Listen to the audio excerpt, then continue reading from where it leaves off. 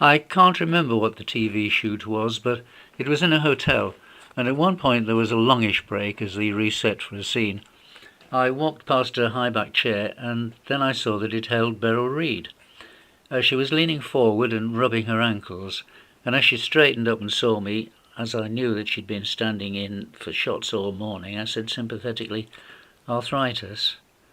"Yes, love," she answered, and we immediately fell into conversation about this condition, as I was able to tell her that my wife had been diagnosed with it when she was only 30. As I had built up an arsenal of massage devices and taught myself 2 kinds of massage, she was very interested in some of my ideas.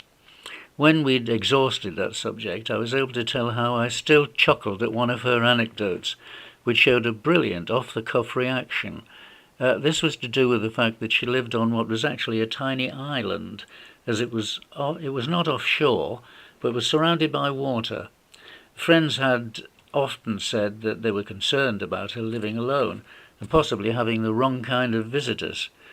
She passed this off by relating how, on one evening, someone had telephoned her.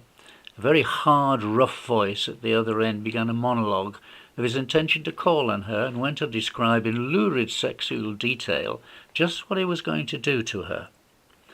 Finally, when he paused for a breath, she responded with, "Oh, Roger, how lovely! I didn't know that you were back."